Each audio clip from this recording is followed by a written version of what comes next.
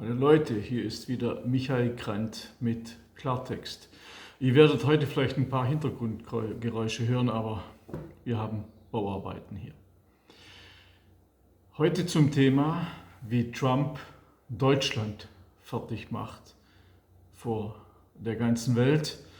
Aber vorher hat er noch Europa fertig gemacht und die UN. Ich finde es super, dass Trump einfach drauf losredet und einfach mal den politisch korrekten Sesselfurzern sagt, was Sache ist. Zunächst sagte er über den Ukraine-Krieg, das ist nicht mein Krieg. Er habe Europa helfen wollen, aber dann habe er herausgefunden, dass die Europäer Öl und Gas von Russland kaufen. Trump sagte, das war peinlich für die. Glauben Sie mir, wie unangenehm das war, als ich herausgefunden habe, dass die europäischen Länder wegen Russland kämpfen, aber weiter Öl und Gas aus Russland kaufen.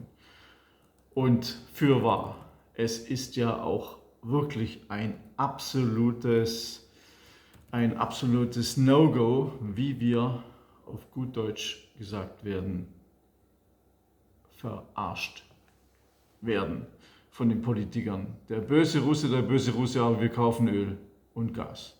Das ist sowas von unglaublich.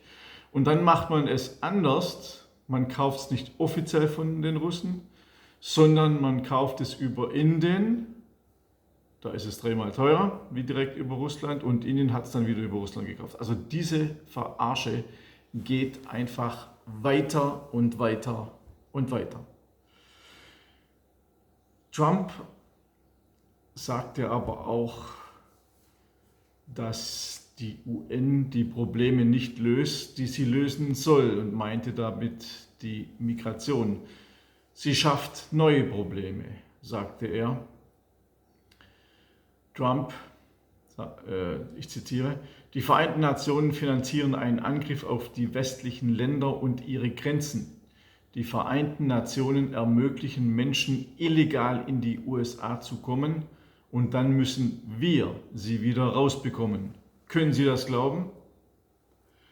Neben Geld, Zitat Ende, neben Geld würde die UN die Flüchtlinge auch mit Geld, Schutzräumen, Kreditkarten und Essen unterstützen. Trump, wörtlich, von der UN wird erwartet, Invasionen aufzuhalten, nicht sie zu finanzieren und zu ermöglichen. Also die illegale Migration als Invasion. Das müsste man in Deutschland mal sagen. Was glauben Sie, wie schnell Sie dann im Gefängnis sind als Nazi und als Rassist? Trump sagt es aber. Und er sagt noch mehr. Er sagt, Europa ist in großen Schwierigkeiten. Die Länder werden von illegalen Fremden überrannt. Illegale Fremde überrennen Europa und niemand tut was dagegen, weil sie politisch korrekt sein wollen, so Trumps Vorwurf. Deshalb würden die Länder nichts dagegen tun. In einem Seitenhieb sagte er, die einzigen zwei Dinge, die ich von der UN bekommen habe, sind eine schlechte Rolltreppe und ein kaputter Teleprompter. Und er fügte hinzu, was ist der Sinn der UN? Sie hat so ein großes Potenzial, aber sie schafft es bei weitem nicht, dieses Potenzial zu nutzen.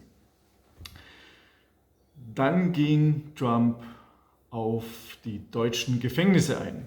Vor der UN, vor der ganzen Welt. Er sagte, laut dem Europäischen Menschenrechtsrat waren 2024 50% aller Insassen in deutschen Gefängnissen ausländische Staatsbürger.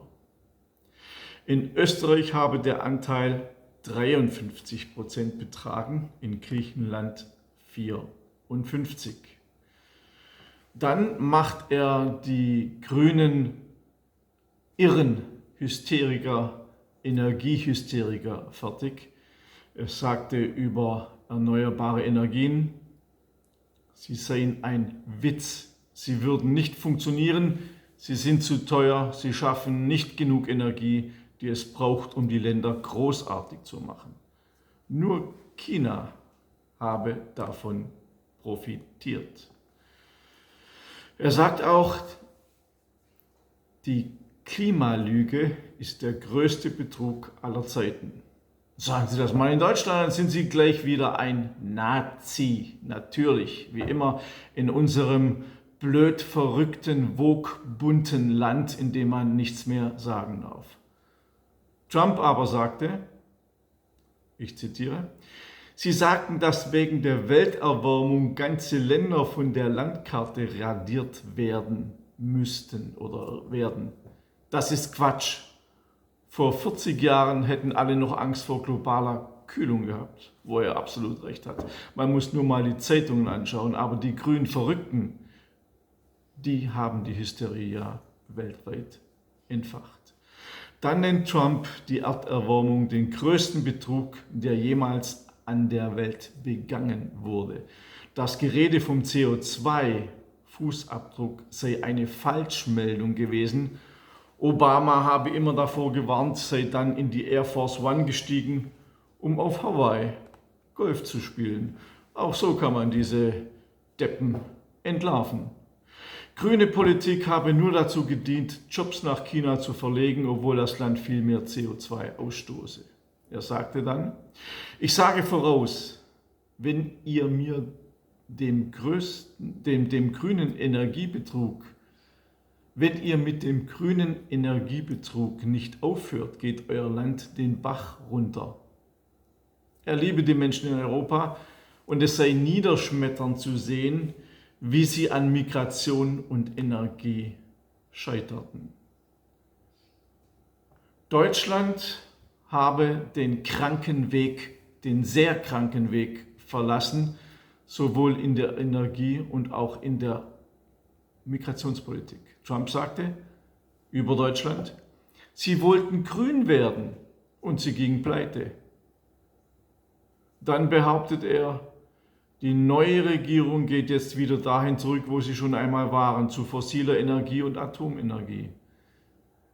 Aber ich glaube, da ist Trump nicht gut informiert, weil diese grün-woke Bund-Deppen-Politik geht auch mit der grünen CDU weiter. Merz ist ein Grüner. Er ist ein Grüner, Leute.